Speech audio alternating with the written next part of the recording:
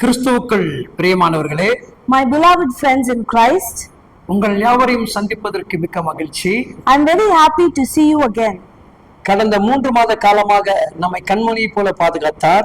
The Lord has protected us 3 months till now. இந்த 4வது மாதத்தையும் தேவன் ஆசீர்வாதமாக மாற்றி கொடுப்பார். God will change this 4th month into a blessing. மிகப்பெரிய வெயிலை சந்தித்துக் கொண்டிருக்கிறோம். We are facing such a hot season. நம்முடைய சரீரங்கள்லாம் சுட்டரிக்கிறதை போல காணப்படுகிறோம். We can feel that our body is put into heat. இந்த டைமில் எக்ஸாம் முடிந்து பிள்ளைகள் லீவ் விடக்கூடிய நேரமாக மாறிவிட்டது. This time has been our children has written their exams. இந்த நேரத்தில் வெளியே எங்கு புறப்பட்டு போக வேண்டும் என்கிற ஆசை நமக்கு அதிக பேருக்கு உண்டு. We wish to go out and enjoy this time. இந்த சூழ்நிலையில தேவன் நம்மை பார்த்து சொல்லக்கூடிய ஒரு வார்த்தை, During this time, the Lord wishes to say to us, என் அன்பு தேவ பிள்ளைகளே, my dear children, உங்க பிள்ளைகள் எக்ஸாம் எழுதி பாஸ் ஆன பிறகு அந்த பிள்ளைகளுக்கு ஃபீஸ் கட்டுவதற்காக ஆயத்தமாக இருக்கக்கூடிய பெற்றோர்களே, when your children has been written your exam and you are getting prepared to pay the next fees, அது தேவைகளை தேவன் நிச்சயமாக சந்திப்பார். for sure the Lord will surrender all your needs to you. ஏன்னா இந்த மாதம் நமக்கு நெருக்கடியான மாதம் தான். Because this month will be full of hectic. பொருளாதாரத்துல நிறைய நொறுக்கப்படுகிற நேரம். We will be just crushed in the economy. ஆனாலும் தகப்பன் எல்லாவற்றையும் தந்து நம்மை ஆசீர்வதிப்பார். But our Father will provide all our needs and bless us. பரிசுத்தமான வேதாங்கம் இவ்விதமாக நமக்கு சொல்லுகிறது. The Holy Bible says like this. 2 கொரிந்தியர் 1ஆம் அதிகாரம் 10வது வசனங்கள் இவ்விதமாக சொல்லுகிறது. 2 Corinthians chapter 1 verse 10 says, அப்படிப்பட்ட மரணத்தினின்று அவர் எங்களை தப்புவித்தார், இப்பொழுதும் தப்புவிக்கிறார், இன்னும் தப்புவிப்பார் என்று அவரை நம்பினோம். He delivered us from such a deadly peril and he will deliver us. On him we have set our hope that he will deliver us again. அன்பான தேவ பிள்ளைகளே, My beloved children, மரணத்திலிருந்து நம்மை தப்புவிக்கிற தேவன், he will deliver us from the death. இப்பொழுது நம்மை பாதுகாத்துக் கொண்டு இருக்கிற தேவன், He is also protecting us now. இன்னமும் நம்மை பாதுகாக்க போகிற தேவன், He is also going to protect us more. அவர் மேலதான் நான் நம்பிக்கையாக இருக்கிறேன். We should believe in him only. இந்த மாதத்தில் தேவன் அப்படிப்பட்ட வார்த்தைகளை நமக்கு தருகிறார். This month the Lord is giving us that much words. எல்லாவற்றிலும் உங்களை காப்பாற்றுவார். He will protect us from everything. எல்லாவற்றிலும் உங்களை தப்புவிப்பார். He will deliver us from everything. தானியேலை சிங்கத்தின் கவியிலிருந்து காப்பாற்றின தேவன், He is the Lord who delivered Daniel from the dense cave. இன்றைக்கு உங்களுடைய வாழ்க்கையும் தேவன் காப்பாற்றுவார். The Lord will today rescue you also.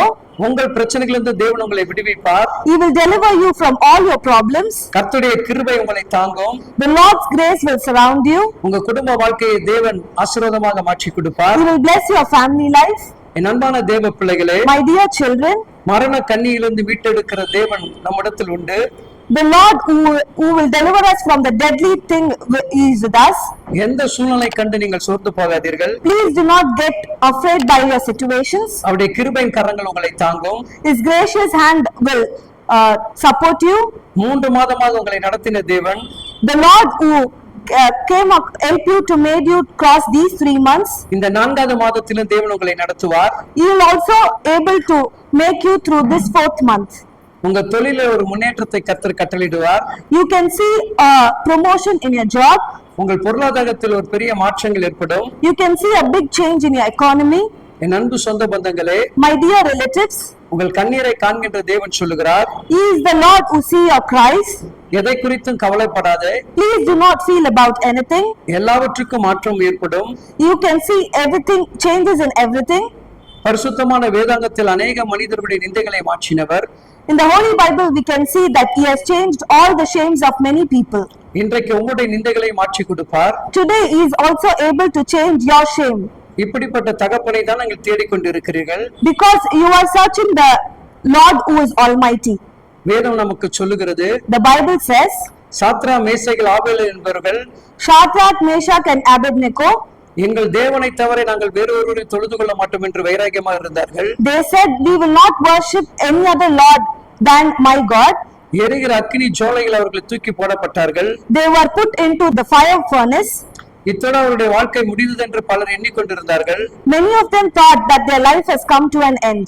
ஒருவேளை அன்பான தேவ பிள்ளைகளே, Maybe, my dear children, உங்க வாழ்க்கையில பலர் உங்களை தூக்கி போட்டதை போல நீங்க காணப்படலாம். maybe you can feel anxious that many of you has put you aside.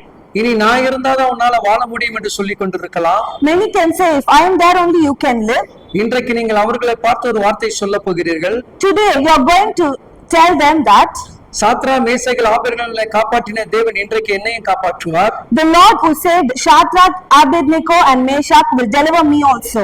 எரிகிற அக்கினி ஜுவாலையில் நான்காவதாக ஒரு மனிதன் உலாவினான் என்று வேதம் சொல்லுகிறது. In the Holy Bible we can see that between that fire a fourth person was revolving around. இன்றைக்கு உங்களுடைய வாழ்க்கையில ஒரு தேவ மனிதர் இருக்கிறார் என்பதை பயப்படாதீர்கள். Please do not be afraid because there is a man of God around you. உங்களை வழிநடத்தக்கூடிய பரிசுத்தாவினர் உங்களுக்கு துணையா இருக்கிறார் என்று நம்பியிருங்கள்.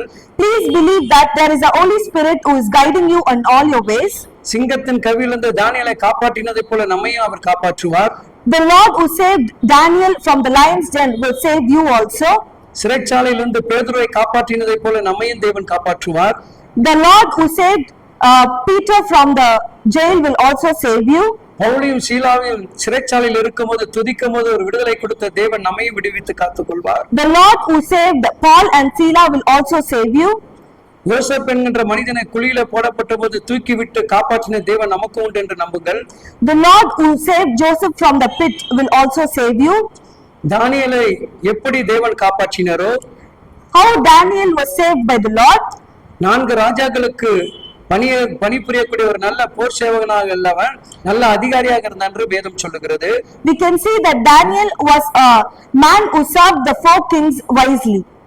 அன்பான தேவ பிள்ளைகளே, My beloved friends in Christ, தாவீதுடைய வாழ்க்கை வனாந்தர வாழ்க்கைதான்.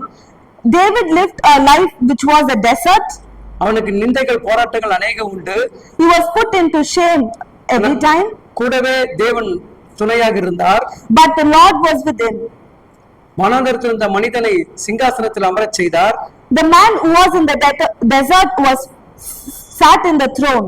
இன்றைக்கு நீ வறண்ட நிலமாக இருக்கிற உன் நிலத்தை கர்த்தர் நீர்ப்பாய்ச்சல் தோட்டமாக மாற்றுவார். Today you may be going through a dry land, but you will be put into a good land. பல உறவுகளால் பல மனிதர்களால் நீ புறக்கணிக்கப்பட்டிருந்தால் தேவன் இன்றைக்கு உன்னைதான் அதிகமாக நேசிக்கிறார். Maybe you are being put into shame by your relatives, but the Lord is seeing you only.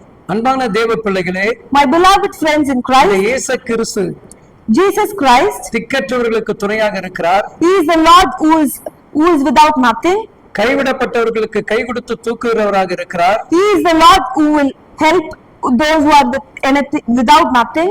வியாதி படுக்கையில் இருக்கிறவர்களுக்கு சுகம் கொடுக்கிற தகப்பனாக இருக்கிறார். He is the Lord who will help the people with the deathbed. இன்றைக்கு தேவன் உங்களுக்கு அந்த அற்புதத்தை செய்ய போகிறார். Today the Lord is going to do that miracle in your life. உங்கள் கண்ணீரையும் கர்த்தர் மாற்றி அமைப்பார். He will change all your cries.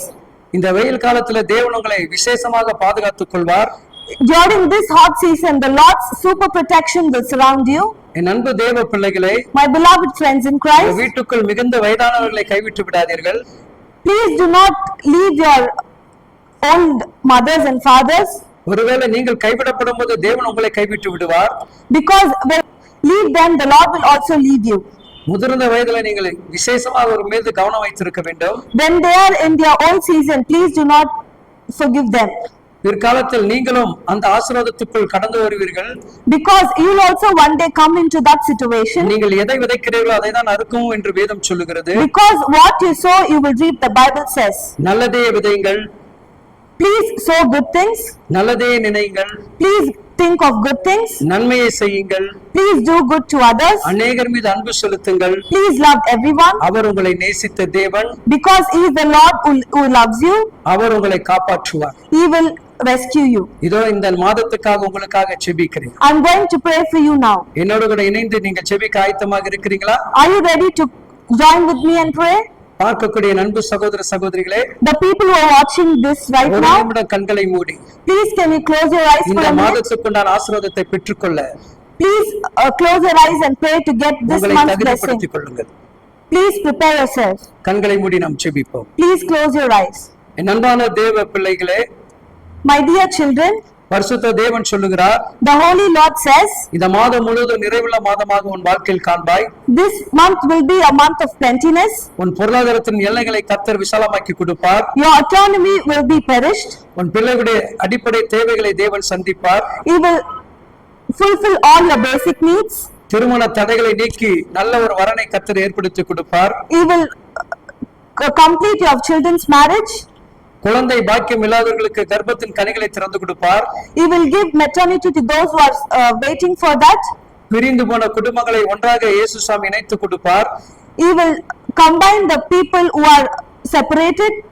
வியாதி படுக்கையில இருக்கிறவங்களுக்கு பூரண சுகத்தை கிருபையை கொடுத்து பாதுகாத்துக் கொள்வார். He will save the people who are in their bed. நல்ல வேலை வாய்ப்புகளை கர்த்தர் ஏற்படுத்தி கொடுப்பார். The Lord will give good job to those who are jobless.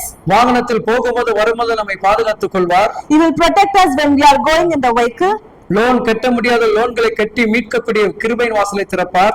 Maybe you are stumbling to pay your loans, but the Lord will help us. வீடு கட்ட முடியாத வீடுகளை கட்டி முடிக்க கர்த்தர் அனுகூலம் செய்வார். Maybe you are stumbling to build your house, but the Lord will help you.